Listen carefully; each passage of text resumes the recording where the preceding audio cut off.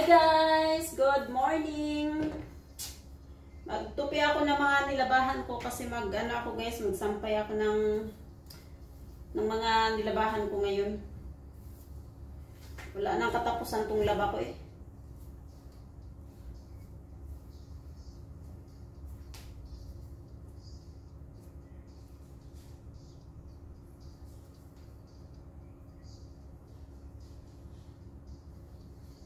Naantok ako.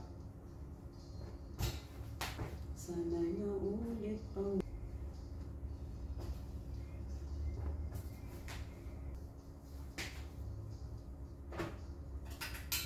Makanta na lang ako nito guys, pero sa deep inside, nalulungkot ako sa kapatid ko kasi yung partner niya is na-aksidente sa motor, tapos andun ngayon sa hospital, ka-opera lang ng bayaw ko. So naawa ako kasi may 3 anak yung kapatid ko, tapos ang inaasahan lang niya is syempre yung partner nga niya, tapos nagkaganyan. Ang hirap ng buhay pag ganyan ba yung nangyayari sa pamilya. Tapos, yun, ngayon is nandoon yung kapatid ko sa hospital, siya na naman ang bantay. Pero yung partner niya guys is wala pang malay. So, nakakaawa kasi wala nang pera, tapos kakaganyan pa. So, hirap talaga. Yung inaano ko guys, na di baling mahirap yung buhay ba?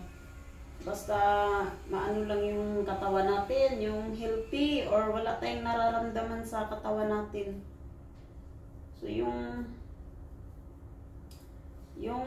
partner naman ng kapatid ko is galing siya sa trabaho guys, yung niya, pas pag uwi ganun, na aksidente.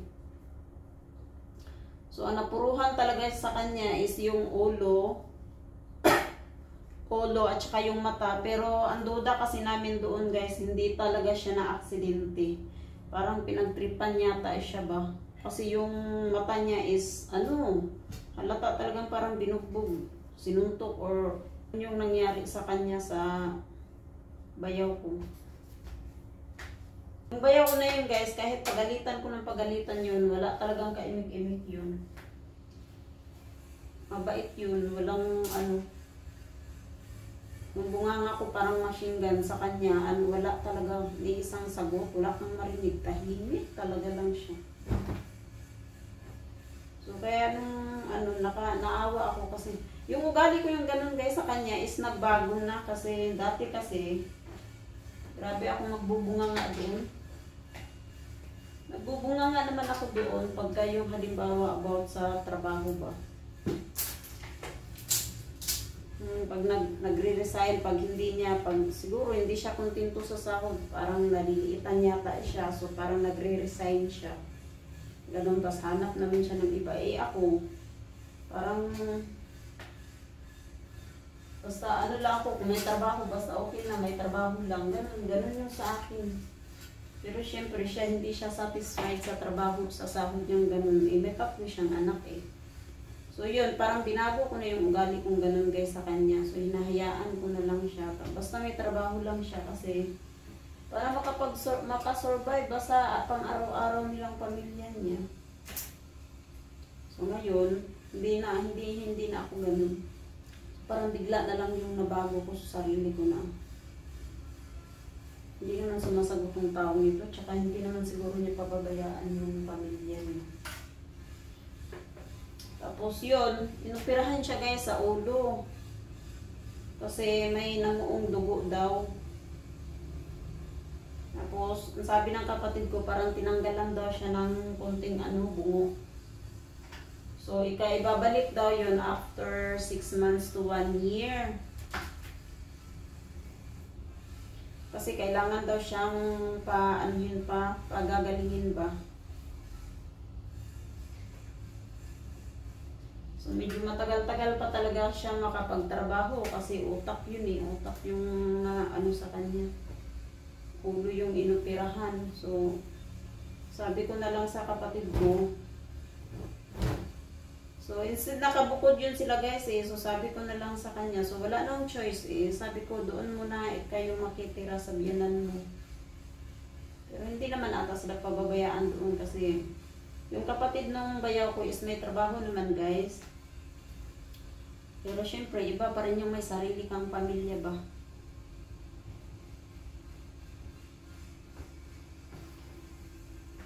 So ngayon, hanggang ngayon, hindi pa rin nagkamala yung bayaw ko. Nandoon pa rin sa ano. Naawa ako, naiyak ako sa kalagayan niya, sa mga pamangkin ko. Kasi lagi nang naiiwan ng magulang guys. Kasi gawa ng kapatid ko. Palitan sila ng bantay doon.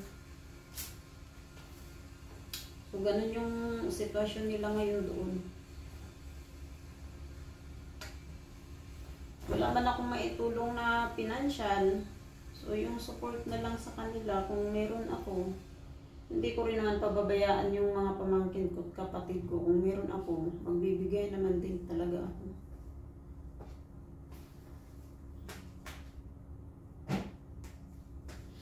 Lalo ngayon na ano na, kasi wala talaga sila. Grabe eh. Grabe yung ano.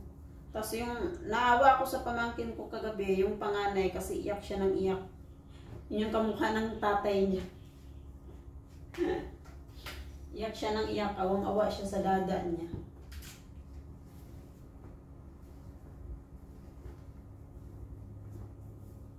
Eh, yun pa man din yung napakaiyakin, yung pamangkin ko na yun, yung panganay nila.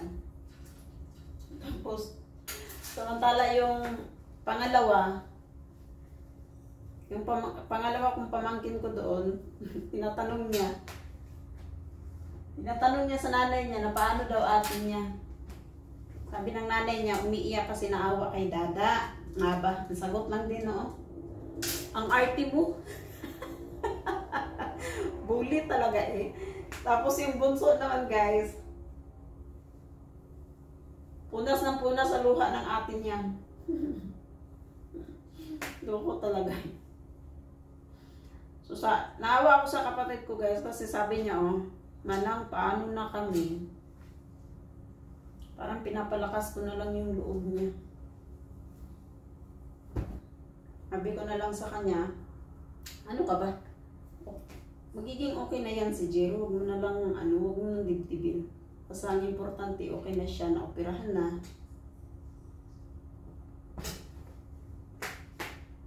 Yun yung importante, na okay na siya. Nga lang, hindi pa siya nagkamalay, pero at least, alam na kung ano yung problema sa ano niya ba. Wala na, naoperahan na lahat. So, So, maaaring mawala na siya ng trabaho kasi di na siya makakapasok niyan. Siguro, pag magre-recover pa siya dyan ng ilang buwan bago makahanap panibago ng trabaho.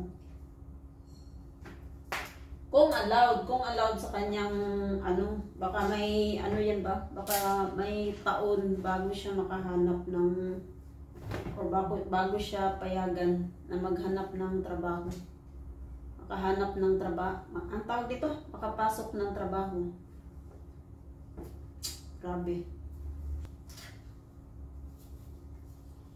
Tapos, pag nakalabas pa yan siya guys, yung panggamot pa niya, pang araw-araw niyang gamot. Yun yung problemahin pa.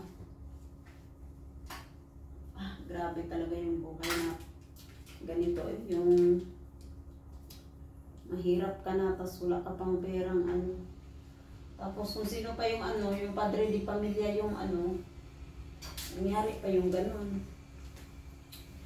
Well, kahit naman sino sa atin, hindi man natin hinahangad na may mangyaring ganun. Pero pagka-aksidente talaga. At saka kasi guys, yung kaya din namin naisip no na hindi accident kasi siya guys, yung motor niya wala talagang kaano-ano. Walang ka-damage. At saka wala siyang gas-gas. Ang gas-gas, ang lang pala niya is yung konting gas-gas dito. Tapos yung mata niya na parang sinuntok. Tapos yung dito na pasa niya. As in, ganun lang. Ganun yung ano niya. Tapos ulo. Yun yung ano. Kasi may video siya eh. May video na nakuha yung kapatid ng lalaki na ano, nakahandusay siya. Parang hindi naman siya ano eh. Ewan, bahala na kung sinaktan man siya or ano, na-aksidente siya ng kusang sa pagdadrive niya. Kung sinaktan man siya, bahala na si Lord ang gumanti sa mga taong kung gumawa ng ganun.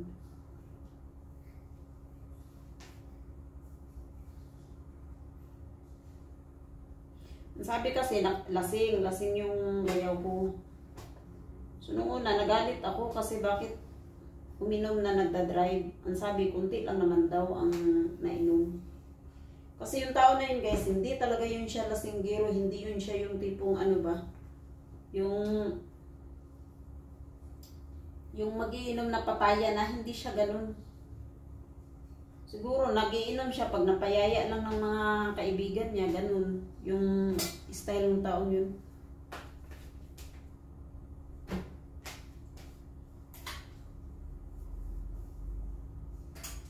Sabi yung aksidente talaga yun. So yun. Sana maging okay na lahat. Yun yung ano namin maging okay na. Kasi nasa Maynila pa guys yung ano, yung doon siya dinala kasi dito dapat yun sa ano, kaso nakitaan nga na may dugo nga sa ano, utak. May bumarang dugo sa utak. Kaya itinakbo doon sa malaking hospital. Pero sana walang bayad doon yung pinuntahan namin. Ay, namin nila. Hospital guys, kung saan ako magpapa-opera ng tenga ko, doon dinala yung bayaw ko. Pero sana kung may babayaran man, sana kunti lang. Kasi wala na. Sa pang-araw-araw pa lang ng nila, mahirapan talaga sila. Buti sana kung ako may pang-ambag ako, eh wala man akong pang ano eh. Wala naman akong perang ano, may tutulong na ano. Kasi ang sahod ko naman guys is monthly. Tapos syempre, eh hindi, basta kung makakatulong ako niyan sa kapatid ko, hindi ganun kalaki. Pero papangako ko yan guys sa sarili ko, hindi ko pababayaan yung kapatid ko at mga pamangkin ko. Ay, Diyos ko eh. Grabe talaga yung ano.